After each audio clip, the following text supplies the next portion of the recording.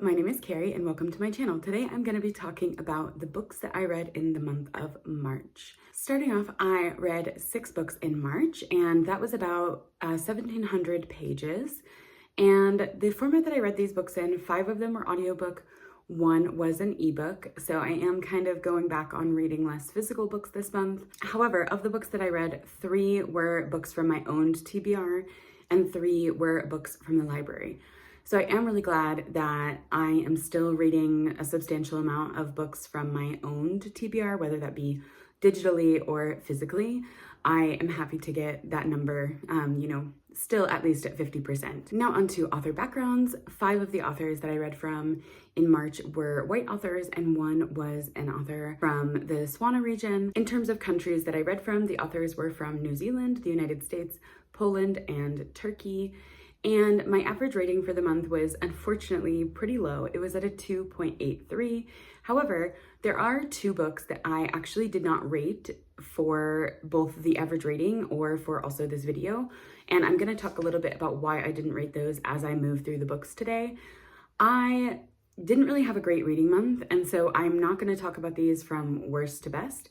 I'm actually going to talk about the books today in the order that I read them in because there really wasn't an especially standout book in the mix here. So yeah, I am just gonna jump right into the first book that I started the month off with.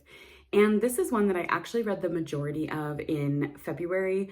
My library loan was expiring in like the very first week of March. And so I just finished it up then, and that was Careless People by Sarah Wynn-Williams. This is the very famous expose on Facebook and Meta. Sarah Wynn-Williams used to work for Facebook, and she was brought in almost as this like diplomatic liaison with governments that the company was working with and trying to operate in certain places. This is her experiences working with them, and also this big transition during the time she was there, where Facebook was starting to become more involved in political issues and natural disaster efforts, and the kind of evolving nature of Facebook over this time. I think that this book is really groundbreaking in terms of exposing the kind of problems that Facebook and Meta have, because most of this book is not actually about social media usage in terms of like the direct harms that it gives to people, like, bullying or trolling, stuff like that. This was much more about how it incites real political violence that starts on Facebook and then happens outside of Facebook. For example, there's a whole part about the Rohingya massacres that happened in Myanmar and how Facebook played a very pivotal role in this. There are discussions about Facebook and election interference and all of these different things that I think are really not just topical in terms of understanding the context of the society we're living in and the role that these social media networks and the people that own them are starting to play in politics, but also in terms of the naivety of a lot of these people. One of the biggest things that Wynn-Williams discusses in this is how Facebook is really constantly underestimating the ways that Facebook can be used and manipulated. In some ways, it's underestimating good things that could happen, but oftentimes they're underestimating the ways that bad can be done. And at a certain point, they're turning a blind eye to that because of profits. So yeah, this was a really informative book. Something that I find very interesting about this also is that a lot of people are debating the factuality of certain events in this book because there are some things that are really shocking and that go beyond even like the political things. It's more about the organization itself, the people leading it. I find it very interesting though that they have not technically sued the author for slander. They have sued her in terms of she's not able to promote the book because of an NDA that she signed when she left the company. She's not allowed to promote projects that are related to her time at Facebook or related to things she did at Facebook. But they haven't actually sued her for slander. I think with the things in the book, the fact that they haven't sued for slander should give people an indication that there is a lot of truth to what is being told here. I mean, of course, this is a subjective memoir, it's Sarah Wynn-Williams' opinion, but the truth is somewhere in the middle, and I think that she has much more incentive to portray things from the way that she saw it. And if Facebook had a problem with that, surely there are legal means that they can use to, rectify that situation. I do have to say, in terms of the writing style and the cohesiveness of the book, the material was pretty repetitive and the storytelling is a little bit disjointed because she's kind of jumping around at points. These are more like essays that are kind of connected together rather than like a cohesive, narrative. Yeah, I ended up landing around like 3.5 stars, I think, for this one. I do think this is a book that is definitely worth people's time and is something that I hope more people will read and then kind of reevaluate their own relationship with social media and their own awareness of the role that social media is playing. Now, the next book I have to talk about is one that I truly hated. And I hate more that I forced myself to finish it because I really knew very early on that I was not enjoying this book and I should have listened to my gut. But I thought this concept sounded so cute. It is Good Spirits by B.K. Borison, which is about this woman who is visited by a ghost of Christmas past, who is this Irish man who is trying to get her to rectify something so that her future can be changed. It sounded cute. It sounded very Hallmarky. It was like Christmassy, and I thought that this was going to be a really fun time. However, I really disliked this. I think that there was not only poor development of the world building and the like magic system that we're being exposed to here, but also the characters felt so flat in this. They are very one-dimensional and I really got tired of it. I think that there was just not enough substance to the characters, the story, the like actual world that is being constructed. Like there's so many things that we're being told that just don't make sense and that feel like competing ideas here. I also don't think that the actual narrative that Borison is trying to create here with the two main characters worked that well, because I found myself like not even caring about like that storyline because it's so underdeveloped. The romance also was a huge problem for me in this. The basis of the romance is insta-lust, and they seem to have nothing in common with each other, not to enjoy anything about each other besides that they are sexually attracted to each other. And that means that very early on in the book, they are hooking up and there is just like no further development of their relationship besides this sexual nature. And I just didn't enjoy that. I didn't enjoy anything about this book. And I'm really sad because this could have been such a cute concept, but unfortunately, this was not it for me. I think I gave it 1 star, and I really honestly wish that I had DNF'd this because I started this in January and I kept trying to force my way through it, and it was just not worth it at all in the end. After that one, I returned to a series that I thought would probably be a good rebound after Good Spirits, and that was the Murderbot Diaries. I continued on with Exit Strategy by Martha Wells, and this was really nice. I think this one has probably been my favorite, second only to the first one. I really loved returning to the characters from the first book, and also this discussion that's happening in this book about what it means to be human and Murderbot feeling more like a person than a machine. I thought that was a really well interwoven like side plot to the main action-based plot here. I do like also the kind of coming together of these different friends that Murderbot has made. Even though they don't officially come together here, he's like set in place these pieces for them to come together in the future. So I will probably be continuing on with this one because I just enjoy these and they're relatively short. So yeah, I gave that one, I think, 4 stars, maybe 3.5, but I'm gonna go with 4 at least for now. The next 2 books were both nonfiction books, and they were both books that I did not rate for very different reasons to them. So the first one is Reopening Muslim Minds by Mustafa Akyol. This one I left unrated for a lot of reasons, but one of the biggest ones is that I fundamentally dislike Mustafa Akyol as a person and also as a like alleged expert in his field, which he's not really an expert in, and like that's a whole other thing. But I wanted to read this book for Ramadan, and I read most of it during Ramadan. I ended up finishing it about a week after because I needed to listen to it in small doses. I was intrigued by this because it is both a historical and theological work on the history of rationalism within Islam. I thought this would be a really engaging read for the month, looking at this kind of historical perspective and why this was moved away from. And there wasn't really this like enlightenment period much later as we see with like other faiths and why that is to it. What I found in this book is kind of the fundamental problem that I have with Akyol as a person in terms of his reputation here in Turkey is that he is someone who really changes arguments to suit a specific narrative, and he is incredibly naive about things that should be fundamentally obvious to people. So the perspective that was presented here had this exact problem. It was incredibly naive and then also extremely repetitive, because Akyol is largely ignoring the reality of why religion and government are often intertwined as a way to hold power. Of course, he brings this up when he wants to criticize Iran or Saudi Arabia, but one of the biggest problems I had is that he fails to reflect on this in terms of the country that he was raised in and how there was this, dream of Turkey. Even though Turkey was founded on secularism, there was this dream of his that Turkey would become the first Islamic republic of democracy.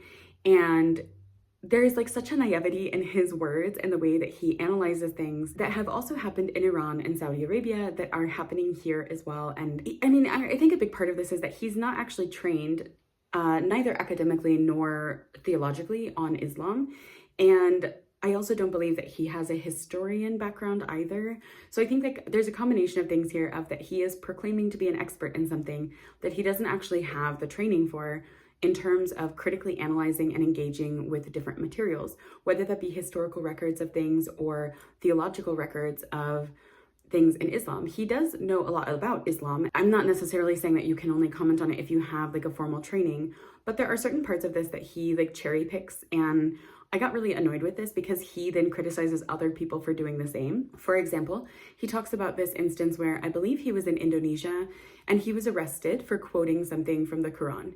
Because in Indonesia, they do not allow you to quote any type of religious text unless you have like a literal, I think, degree or license to quote these things. The problem became that he quoted something that was not translated as such into the Quran that they had. And he goes on this whole rant about how like these people are, like being so ridiculous for arresting him, and that they're being ridiculous because they have misquoted something. And the actual problem was that there are different translations of the Quran. And so there are slight differences in the way that things are phrased depending on the Quran that you are exposed to. And he like fundamentally misunderstands like the whole problem here, and instead is like criticizing these people and acting like they're zealots for this whole thing. And it was just, I really found myself struggling with this one because of so much of his character came across in this book, and those are the things that I don't like about him. So yeah, I think that he's simultaneously like picking and choosing. This happens in nonfiction. Obviously there are so many books that cherry pick, and so it's become very normalized in nonfiction. However, I do find issue with how he criticizes people that do the same things as he does. There is like this constant hypocrisy while he is ignoring the actual broader like sociocultural context or the historical context of some of these things. Like some of the discussion that he has about different countries within the Arabian Peninsula, he's discussing these things without any acknowledgement of why it is convenient for people to want religion and government to be intertwined as a way to control people, and why that is problematic and why that has led to this push away from rationalization within Islam. So I didn't give it a rating because I think that I both can't rate it objectively, but also subjectively, I don't even know how to rate it. So that was probably my most frustrating read of March. But anyway, on to something that was a little bit better, but I still could not give a rating to, and that was The Gifts of Imperfection by Brene Brown. I felt really conflicted about this one because on the one hand, I found it to be a book that I don't understand the hype around. I found it to be really simplistic and like repetitive. However, I did find certain sections that were really interesting in terms of like mini reflections on how to get rid of this idea of being like the perfect person all the time. And I found out towards the end of the book that this is actually a book that's supposed to be a part of a trilogy that Brene Brown was working on. So the questions and kind of things that she poses in this first book are, I believe, further explored throughout the trilogy, and she like takes time to address these questions in more detail with more expansion, of course, in the later books. So that is where I then became really conflicted with this, because on its own, I don't think this book carries weight. I think that this is a book that like doesn't have enough substance to it. However, if it's a part of a trilogy, I could kind of understand where this is more of an introduction. I've been debating if I will actually continue on with the other books, because I don't know that I cared enough about the ideas here to explore them really further. I didn't rate it because I don't really have a strong opinion on it one way or the other. The last book that I have to talk with you about today is the book that was my March book club read, and that was Drive Your Plow Over the Bones of the Dead by Olga Tokarczuk. And it was translated from, I believe, the Polish by Antonia Lloyd-Jones. This is a weird book. I have to start there. It is the story of a woman who is living in a small remote village. There is a death that happens and she kind of starts investigating it, but there are other deaths that are also happening in the town. She is a strong, opinionated woman. She makes up names for people. She is very protective of animals, and it's very easily interpreted from the book that she has definitely experienced some type of trauma in her life, and she is at an age where she is kind of reclusive from people. I feel so weird about this book because this is a perfect example, I think, of a book where the writing superseded the story for me. This was a beautifully written book in terms of the language used, in terms of the writing style. I absolutely loved this. I think this is a sign not only of Tokarczuk's, beautiful writing and really interesting philosophical exploration in this book, but also of the translator's ability to translate these things so seamlessly into English here, because I will say the translation was wonderful. There was such a flow to this story that I think was just really well done in terms of this kind of stream of consciousness writing that we get from the main character. And I really loved how deeply philosophical this book was. Our narrator's observations are frequently moving beyond the immediate events of the story and into larger questions about human experience. There was one passage in particular that really resonated with me. It was her reflection on not wanting to read another author's work because she didn't want the way that this author looked at the world to affect her way of looking at the world.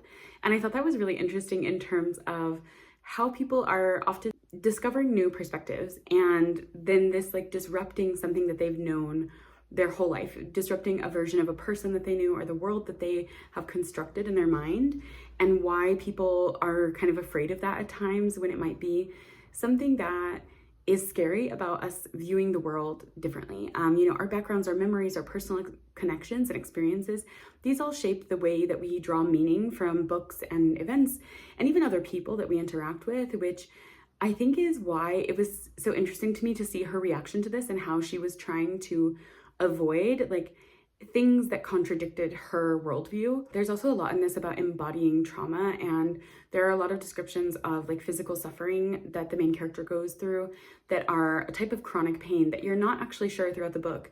Is it her actually experiencing a chronic pain or, a debilitating illness, or is it a type of trauma response that her body is, having occasionally? I mean, that in its own way is a form of, disability. And I think that it was really interesting how this was written in the book and how this is kind of connected to another thread in the book of human beings are essentially just given a body and they are forced into the world, and there's no instruction manual, there's no 101 course on how to be a person. And so we go through so much life with discomfort and absurdity. And it was just really beautiful how these things were talked about, and there is such a reflection on these parts of life that make us who we are and that cause these different things for different people to happen. I just really, really enjoyed that. I mean, there are so many big threads to this story. There's a lot on translation. There's parts on the home that you have never really will ever be the same. A big part of that in this book is discussed in the context of war. The place the main character is from physically does not exist anymore. There's a whole new country there, and so she talks about this kind of disconnect from her childhood and disconnect from the place and the time of her childhood because it doesn't exist, and what that means for someone in terms of going through the rest of their life never being able to actually revisit their childhood. And this is also kind of looked at in the book through translation and how translation is always losing something. There are certain things that cannot be literally translated or that cannot be figuratively translated, and what this kind of means for the person translating and the thing being translated. Oh, there was just a lot that I really, really loved in this book. There was such a richness in the themes that were explored here, and the mystery itself, or the main story, was really so secondary. I sometimes forgot that this was a mystery because it just didn't seem central to what this book was exploring, because it was so much more about life and about death and community and disconnection that I found those to be the most fascinating aspects to this story, which is kind of hard because I entered this expecting more of a mystery, and I think that the mystery was just not developed enough. I felt that there was a really predictable storyline to this that was very obvious to me as the book moved forward, and the actual investigation in the book is really slow moving. Yeah, again, I just kind of forgot that there was a mystery aspect to this. I also will say that this talks a lot about astrology, and I am someone who has no real understanding of astrology. So that was very difficult for me at times because I had such little background information on it, and many of the discussions are going over my head about it, but also I didn't feel like this sparked enough interest for me to want to learn more about it or to, you know, educated on this type of topic because it's just not something I'm interested in. So I will warn people about that because I think that it was unexpectedly a really big part of this book, and I question if maybe that was connected to the mystery somehow and I just like fully could not understand, which is definitely a possibility. I mean, you know, again, it really depends on the reader, what you might pick up on or what you might miss in a book. But I still enjoyed this one a lot. I gave it 3.5 stars because I really think the themes carried this one. And I did kind of love the main character, as crazy as she is. But I was very surprised by this because in book club, this is the only book that everyone kind of felt the same on. Everyone that came to the meeting had the same exact problems with it or had the same reaction or rating to it. So it was a very like middle of the road book for all of us, which was interesting because I felt like this was a book where you could really, you know, grasp onto different things that maybe stand out to you, or you could have different connections to it. So I'm kind of surprised that it was the one that we all felt very similarly on. So those are all the books that I have to talk with you about today. I hope that you have been reading some really good books, and I would love to hear your thoughts on what you've been reading or if you have read any of these. I'm always happy to talk about books more. Thank you so much for watching this video and happy reading. Bye.